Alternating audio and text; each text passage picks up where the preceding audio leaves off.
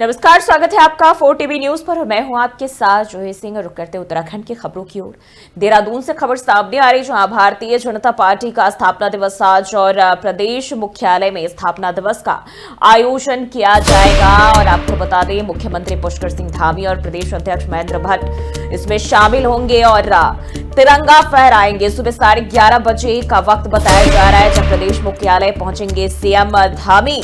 Bharatiya Janata party की पत्रिका देव कमल का भी विमोचन करेंगे। तो ये जानकारी आपको बता दें, देहरादून से मुख्यमंत्री पुष्कर सिंह धामी कार्यकर्ताओं को संदेश भी देंगे। मुख्यमंत्री पुष्कर सिंह धामी और प्रदेश अध्यक्ष महेंद्र भट्ट तिरंगा फहराएंगे। तो ये जानकारी देहरादून से सामने आ रही है और सुबह 11:30 बजे प्रदेश मुख्यालय सीएम धामी पहुंचेंगे और बीजेपी की ओर से इस कार्यक्रम का आयोजन किया जा रहा है। आपको बता दें, देहरादून से भारतीय जनता पार्टी स्थापना दिवस आज और भारतीय जनता पार्टी की पत्रिका देव कमल का भी विमोचन किया जाएगा। मुख्यमंत्री पुष्कर सिंह धामी अपने बीजेपी के कार्यकर्ताओं को इस दौरान संदेश भी देंगे। तो आपको बता दें, प्रदेश मुख्यालय में इस कार्यक्रम का आयोजन जहां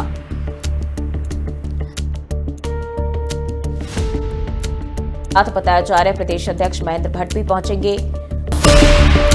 प्रदेश मुख्यालय में तिरंगा भी फहराया जाएगा।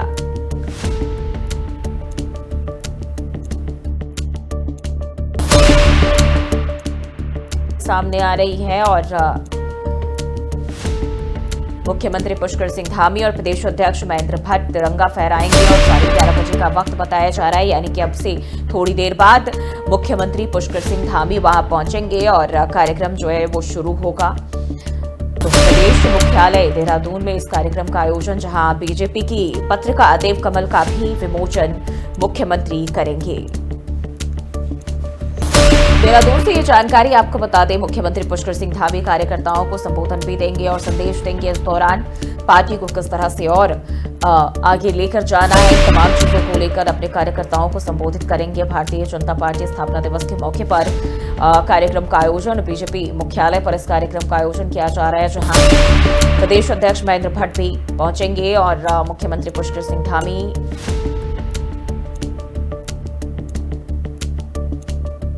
बताया जा रहा है फहराएंगे तिरंगा। और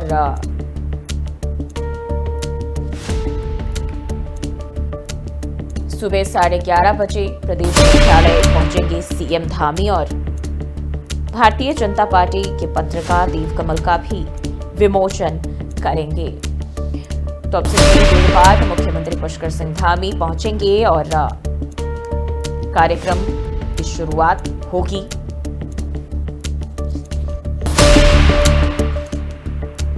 और इसी खबर पर ज्यादा जानकारी के साथ अजय पांडे देहरादून से हमारे साथ जुड़ चुके हैं। अजय, आवाज मिल पा रही है आपको?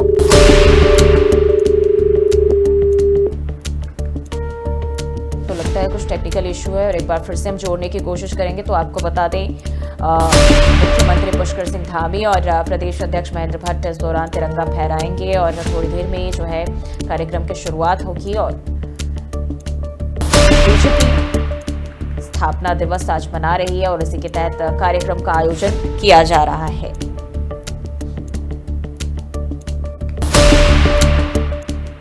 और एक बार फिर से अजय पांडे का रुख कर लेते हैं। अजय, आवाज मिल पा रही है आपको?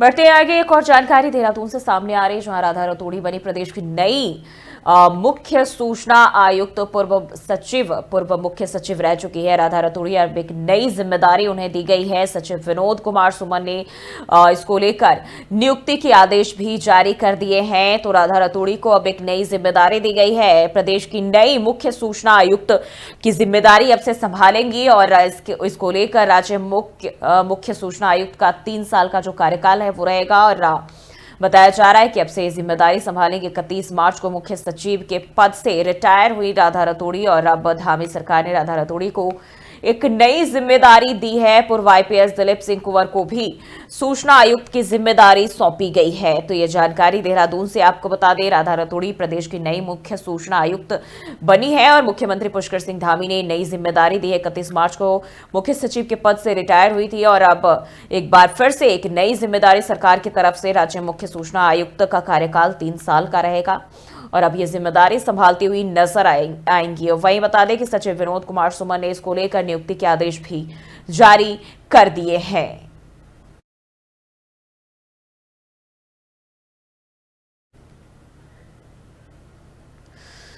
तो ये जानकारी आपको बताते चले, बढ़ते हैं आगे। देहरादून से खबर सामने आ रही चारधाम यात्रा को लेकर और अब देखें तो चारधाम यात्रा को लेकर उत्तराखंड में आने वाले देश विदेश के तीर्थयात्रियों के लिए श्री बद्रीनाथ केदारनाथ मंदिर समिति बीकेटीसी ने चारधाम यात्रा ब्रोशर का 8 भाषाओं में प्रकाशन किया है। बीकेटीसी के मुख्य कार्यकारी विजय प्रसाद थपलियाल ने कहा कि मुख्यमंत्री पुष्कर सिंह धामी के नेतृत्व में चारधाम यात्रा की व्यापक तैयारियां चल रही है। पर्यटन मंत्री सतपाल महाराज के मार्गदर्शन और सचिव पर्यटन के दिशा निर्देश पर चारधाम यात्रा को देखते हुए मंदिर समिति ने 8 भाषाओं में ब्रोशर का प्रकाशन किया। ब्रोशर हिंदी, अंग्रेजी, गुजराती, बंगाली, मराठी, तेलुगु, कन्नड़ और मलयालम आदि भाषाओं में प्रकाशित किया है। ब्रोशर से तीर्थयात्रियों को उत्तराखंड चारधाम, श्री बद्रीनाथ, श्री केदारनाथ, श्री गंगोत्री, यमुनोत्री समेत पंचबद्री, पंचकेदार और श्री बद्रीनाथ धाम के अधीनस्थ मंदिरों की जानकारी मिल सकेगी और इसके साथ ही शीतकालीन यात्रा स्थलों की भी जानकारी दी गई है।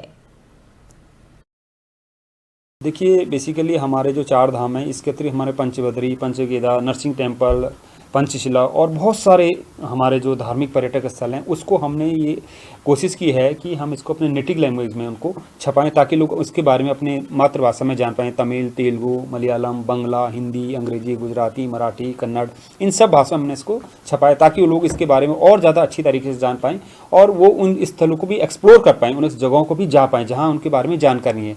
होता है क्या कि व्यक्ति को अगर अपनी मातृभाषा में कोई चीज़ जानकारी मिल जाती है तो उसको एक अट्रैक्शन भी होता है और उस भाषा को पढ़कर वो आसानी से उन स्थलों को घूम सकता है। देखिए, बेसिक और 30 अप्रैल से शुरू हो रही चारधाम यात्रा में आने वाले श्रद्धालुओं को ज्यादा से ज्यादा सुविधाएं मिले, इस पर गढ़वाल कमिश्नर विनय शंकर पांडे का खास फोकस बना हुआ है। मुख्य रूप से हरिद्वार से चारधाम यात्रा मार्ग पर ट्रैफिक और पार्किंग की दिक्कत श्रद्धालुओं को ना झेलनी पड़ी, इसके लिए गढ़वाल कमिश्नर काफी सख्त नजर आ रहे हैं।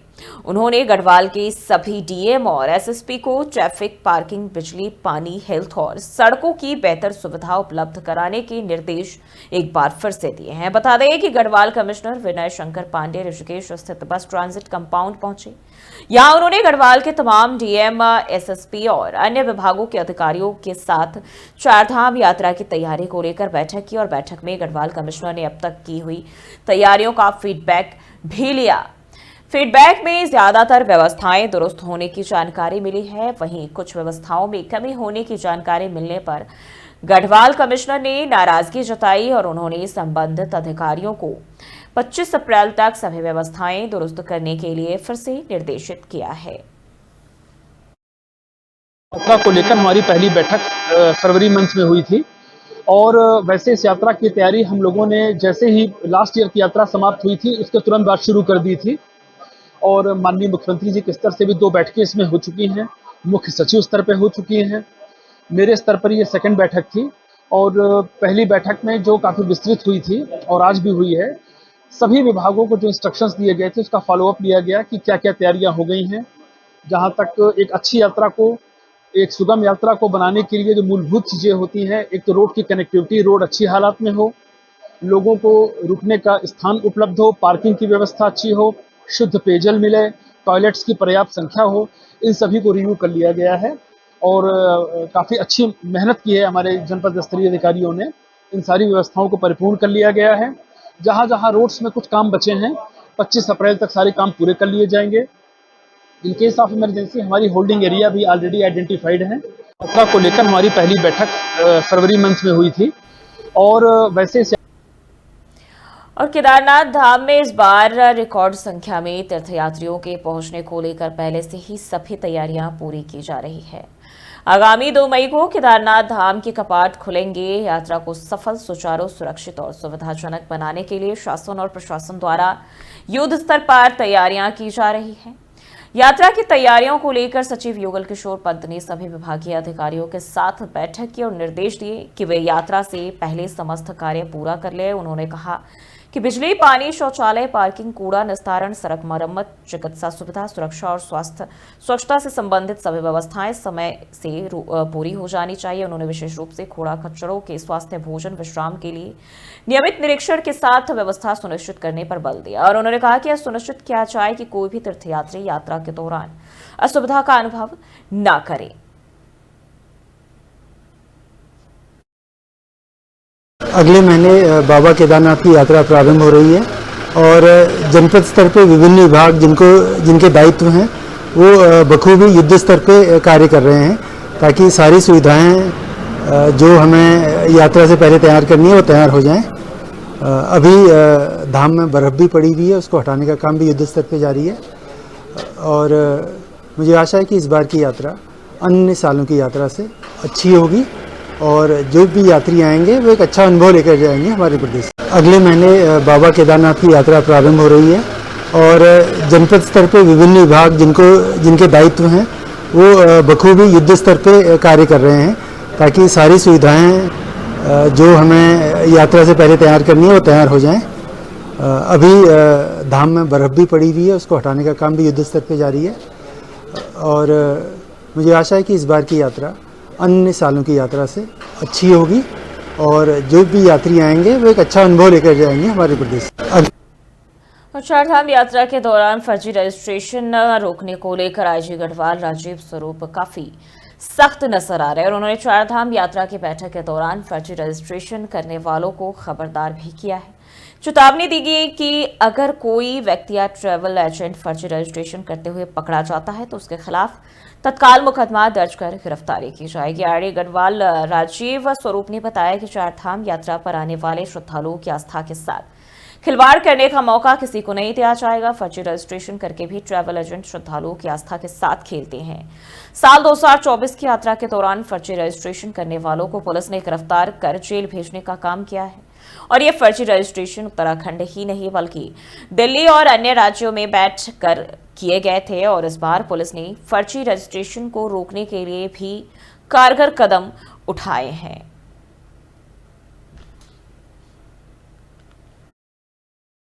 कि अभी 30 अप्रैल से शुरू होने वाली हमारे श्रीधाम जो है वो के पट खुलने वाले हैं।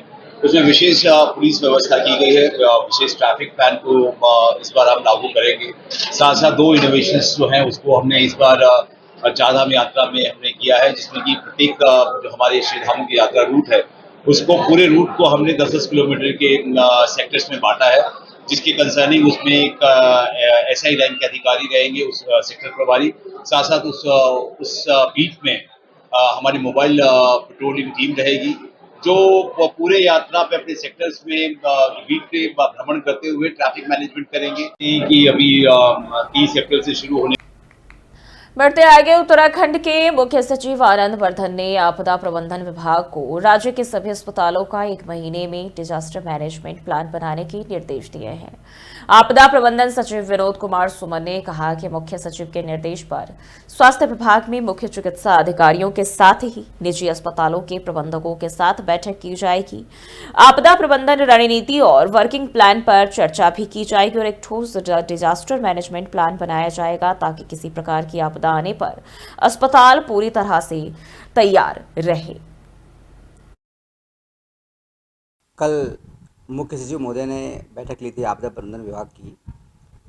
उसमें ये जानकारी चाहिए गई कि हॉस्पिटल्स जो हैं, चाहे पब्लिक हॉस्पिटल चाहे प्राइवेट हॉस्पिटल, उनके यहाँ डिजास्टर आने पर क्या प्लान है इसके बारे में देख लिया जाए। तो इस क्रम में हम लोग चिट्ठी भेज रहे हैं सभी अस्पतालों को। उनसे ये रिक्वेस्ट करेंगे कि क्या क्या प्रकार की आपदा आने की संभावना रहती है उनके क्षेत्र में। जैसे भूकंप एक बहुत ही सामान्य सी आपदा है, कभी भी कहीं भी आ सकती है। तो भूकंप को अगर हम ले लें कि भूकंप आने पर उनकी किस तरह से योजना रहेगी, किस तरह से काम करेंगे, कैसे रिएक्शन रहेंगे, उसकी SOP बना लें सभी हॉस्पिटल, ताकि जब कभी कोई आपदा आती है तो उसको फिर उस तरह से हम डील कर सकें और किसी प्रकार से नुकसान को हम कम से कम कर सकें। जैसे जल भराव की संभावना कहाँ कहाँ है, जो निचले इलाके में कोई हॉस्पिटल हैं, अगर वहाँ बेसमेंट में या ग्राउंड फ्लोर पे पानी भरता है तो किस तरह से योजना होगी। इस तरह से विभिन्न प्रकार की आपदाओं के लिए क्या क्या संभावना है और क्या उनकी तैयारी है, क्या उनकी SOP होगी, उसके बारे में करने के निर्देश दिए गए हैं। इस क्रम में हम लोग सभी को पत्र भेज रहे हैं। और आजकल लोगों में घिबली स्टाइल में अपनी तस्वीरें बनाने की होड़ लगी हुई है। नेता से लेकर सेलिब्रिटीज तक हर कोई सोशल मीडिया पर अपनी घिबली स्टाइल में बनी तस्वीरें शेयर कर रहा है। फेसबुक, इंस्टाग्राम और एक्स जैसे प्लेटफॉर्म पर घिबली स्टाइल में बनी तस्वीरों की जैसे बाढ़ ही आ गई है। लोग अपनी और अपने बच्चों की AI जनरेटेड तस्वीरें धड़ल्ले से शेयर कर रहे हैं, लेकिन यह देखने में जितना मजेदार लगता है उतना ही खतरनाक भी हो सकता है। सीईओ साइबर क्राइम अंकुश मिश्रा ने बताया कि ये ट्रेंड अलग अलग नाम से जाना जा रहा है, धिबली, गिबली या फिर जिबली, और इन नाम से ट्रेंड के बीच साइबर स्कैम के खतरों को नकारा नहीं जा सकता है। कई बार डेटा लीक होने की शिकायत भी सामने आती है, तो सबसे पहले सिक्योरिटी फीचर्स की बात सामने आती है, और कई बार यदि सिक्योरिटी फीचर्स का इस्तेमाल नहीं करते हैं, फोटो या अन्य जानकारी शेयर करते हैं, तो उसका मिसयूज होने का चांस भी रहता है। और इसलिए किसी भी ट्रेंड के बीच कभी भी कोई भी जानकारी या फोटो शेयर और पोस्ट करते हैं तो देखभाल करके ही ठीक से करें। अमूमन जो हमने देखा कि चीज़ें ट्रेंडिंग हुआ थी, वायरल हुआ थी और हर आदमी हैशटैग के चक्कर में उस ट्रेंड को फॉलो करने लगता है, जिस क्रम में ये गिबली आर्ट भी काफ़ी ज़्यादा फेमस हुई। तो इसमें यह है कि देखिए, आप स्वतंत्र हैं, आप अपनी फोटो जो है अगर कोई AI के माध्यम से, जैसे ग्रॉक हो गया ट्विटर का या ChatGPT हो गया, बहुत सारे AI टूल्स हैं जो आपको गिबली आर्ट, ऐसे आपके कई सारे ओपन सोर्स वेबसाइट्स हैं जिससे आप गिबली आर्ट जनरेट कर रहे हैं, तो उसमें कोई ऐसा नुकसान नहीं है। परंतु यह है कि जब हम कई बात करते हैं, डेटा प्राइवेसी की बात करते हैं, अपने फोटो, निजी फोटोज की बात करते हैं, तो कई बार हम बोलते हैं कि हमारी फोटो कैसे किसी प्लेटफॉर्म को मिल गई, या कई बार क्या होता है कि ऐसे AI जनरेट हुई। AI जो है अपने में कृत्रिम बुद्धि होती है, जिसको मैं सिंपली हिंदी बोलूं, तो उसके पास इतनी इंटेलिजेंस होती है कि खुद से वो चीजों को मॉडिफाई कर सकती है। तो कल को हो सकता है कि कोई ऐसा एलिमेंट हो, कोई ऐसा व्यक्ति हो, वो AI के माध्यम से आपकी फोटो, जो आपने पूर्व में उस AI को फोटो उपलब्ध करा रखी है, वो उस फोटो को मॉडिफाई कर सकता है, एडिट कर सकता है, मॉर्फिंग हो सकती है, मिसयूज हो सकती है। तो अल्टीमेटली कहने का उद्देश्य यह है कि आप जब भी कोई AI या किसी भी चीज को, कोई प्लेटफॉर्म को अगर अपनी फोटो शेयर कर रहे हैं, तो कोशिश कर रहे हैं कि उसकी प्रॉब्लम प्राइवेसी चेक कर लें। साथ में कोई इतनी ज्यादा निजी फोटो आप शेयर मत करें जिसमें कल को बाद में आपकी वाइफ के साथ या आपके हस्बैंड के साथ कोई फोटो है उसे मॉडिफाई कर दिया जाए। तो थोड़ा सा अपनी फोटो को थोड़ा देख के और संभल के ही शेयर करें। अमूमन जो हमने देखा कि चीजें ट्रेंडिंग हुआ थी, वायरल। और जन संघर्ष मोर्चा कार्यकर्ताओं ने मोर्चा अध्यक्ष और GMVN के पूर्व उपाध्यक्ष रघुनाथ सिंह नेगी के नेतृत्व में ओल्ड पेंशन स्कीम यानी पुरानी पेंशन बहाली लागू करने को लेकर तहसील में घेराव करके प्रदर्शन किया और मुख्यमंत्री पुष्कर सिंह धामी को संबोधित ज्ञापन उप जिलाधिकारी विकासनगर की मौजूदगी में तहसीलदार विवेक राजौरी को सौंपा। रघुनाथ सिंह नेगी ने कहा कि सरकार द्वारा कुछ दिन पहले कैबिनेट में प्रदेश के सरकारी कार्मिकों के लिए यूनिफाइड पेंशन स्कीम को मंजूरी दी गई, जो कि सिर्फ कर्मचारियों की आंखों में धूल झोंकने जैसा है। जो हमारे सरकारी कार्मिक उनकी जो मांग उसको लेकर के आए हैं, OPS ओल्ड पेंशन स्कीम है जो, उसको लागू कराने के लिए वो व्यवस्था बहाल करने के लिए आज जनसंघर्ष मोर्चा ने आज हुंकार भरी। हमारा कहना है कि प्रदेश के जो कर्मचारी है 30-35 साल तक लगातार अपनी सेवा देता है, उसके बावजूद भी उनको झुंझुना थमाया जा रहा है, कहीं UPS के नाम पे, कहीं NPS के नाम पे। मेरा कहना यह है हमारा मोर्चे का कि जब हमारा प्रदेश के जो विधायक हैं आज शपथ लेते ही वो पेंशन के हकदार हो रहे हैं, तमाम तरीके की उन्हें सुविधाएं दी जा रही हैं, 40-40 हज़ार रुपये पेंशन है, उसके बाद स्लैब है और कई उनको योजनाएं, कई उनको लाभ दिया जा रहा है। तो हमारे कर्मचारियों के साथ ये सौतेला व्यवहार क्यों है? एक तरह से दोयम दर्जे का व्यवहार है। कर्मचारी इस NPS को, UPS को मानने को तैयार नहीं है, लेकिन इसके बावजूद भी सरकार सिर्फ और सिर्फ अपने विधायकों की चिंता कर रही है। हमारा जो कर्मचारी वो कहाँ जाएगा? आखिर उसके ऊपर भी जिम्मेदारी है, उसके ऊपर परिवार की जिम्मेदारी है, बुढ़ापे में और तमाम जो बच्चों की पढ़ाई लिखाई है, शादी है, उसके लिए इनको OPS का लाभ देना चाहिए। ये कहीं से भी मान्य नहीं है। ये NPS UPS ये एक तरह से प्रदेश के जो हमारे कार्मिक हैं उनको बेवकूफ़ बनाया जा रहा है, उनको झुंझुना दिया जा रहा है। तो सरकार की जो भेदभावपूर्ण नीति है ये निश्चित। और वहीं विकासनगर के पहाड़ी गली चौक पर आज मुस्लिम समुदाय के लोग जामा मस्जिद के मुतवल्ली खालिद मंसूरी के नेतृत्व में एकत्रित हुए। वहीं उन्होंने गोकशी करने वाले लोगों को आतंकवादी घोषित करने को लेकर प्रदर्शन किया और गोकशी करने वाले लोगों का पुतला भी दहन किया। आपको बता दें कि खालिद मंसूरी ने कहा कि हमारे मस्जिद में हमारे मुस्लिम भाइयों के साथ एक मीटिंग हुई थी, जिस क्रम में हम आज विकास नगर के पहाड़ी गली चौक पर एकत्रित हुए हैं और गोकशी करने वाले लोगों का हम बहिष्कार करते हैं। ऐसे लोगों को आतंकवादी घोषित करने की मांग करते हैं। रूपी पुतला जो दहन किया गया है, सबसे पहले तो मैं ये कहूँगा कि विकास नगर के अंदर जो सांप्रदायिकता का माहौल पैदा हुआ है, अभी कुछ दिन पहले हमारे हिंदू भावनाओं के आस्था के स्वरूप गाय को मां मानते हैं, उस गाय को काट करके हरपटपुर में जो अभी कुछ दिन पहले प्रदर्शन हुआ था, मतलब गोकशी इतने बड़े लेवल पे हो रही है, करने वाले 2-4 लोग हैं और विकास नगर मुस्लिम समाज आज जो है उनकी वजह से टारगेट पे आता है। तो मैं कहना चाहूँगा कि सबसे पहले तो जो इतनी बड़ी घटना घटी है विकास नगर के अंदर जो गोकशी हुई है, उसका मुस्लिम समाज घोर निंदा करता है। हम उसका कड़ा विरोध करते हैं, क्योंकि हम इस चीज़ को मानते हैं कि अगर हमारे हिंदू भाई गाय को माँ के रूप में मानते हैं तो हमारे मुस्लिम समाज की जिम्मेदारी बनती है उनकी आस्था का सम्मान करना। और इसी को देखते हुए कल हमने मस्जिद में मीटिंग की। मस्जिद में मीटिंग करने के बाद में आज हम लोग यहाँ इकट्ठा हुए, हमने इसका विरोध किया है जो गौ हत्या होती है। और मेरा निवेदन है तमाम मुसलमानों से, विकास नगर के हों या उत्तराखंड के कहीं के भी हों, ये जो गौ तस्कर हैं ये एक ऐसी खाई समाज के अंदर खोद रहे हैं कि आने वाले बच्चों के लिए वो बहुत खतरनाक है। क्योंकि कहीं ना कहीं हम लोग इस बुलेटिन में फिलहाल के लिए बस इतना ही। देश और दुनिया की तमाम खबरों के लिए देखते रहिए 4TV न्यूज़।